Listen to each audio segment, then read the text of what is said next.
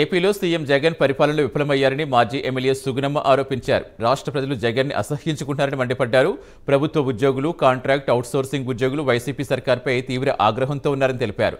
తన సామాజిక వర్గానికి పెద్దపీట వేస్తూ బీసీ, ఎస్సీ, ఎస్టీలు జగన్ చిన్నచూపు చూస్తున్నారని విమర్శించారు.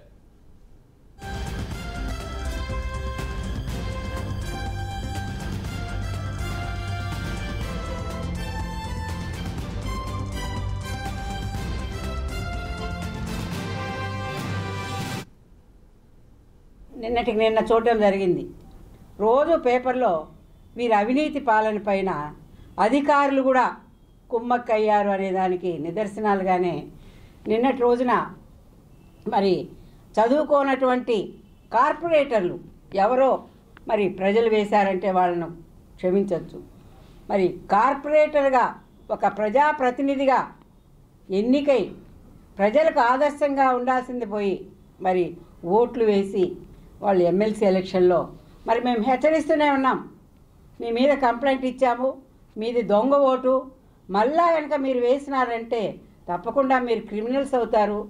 మీరు దయచేసి ఇప్పటికైనా ఎవరైనా దొంగ ఓట్లు చేర్చుకుంటే కూడా మీరు ఓటుకు వెళ్ళొద్దండి.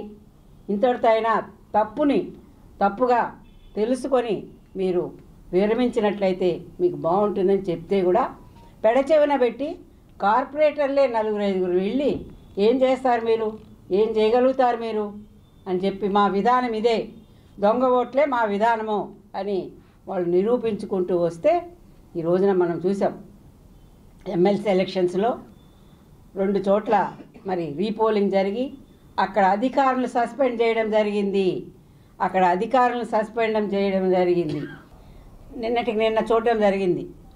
రోజు పేపర్లో వీరి అవినీతి పాలన పైన అధికారులు కూడా కుమ్మక్కయ్యారు అనే దానికి నిదర్శనాలుగానే నిన్నటి రోజున మరి చదువుకోనటువంటి కార్పొరేట్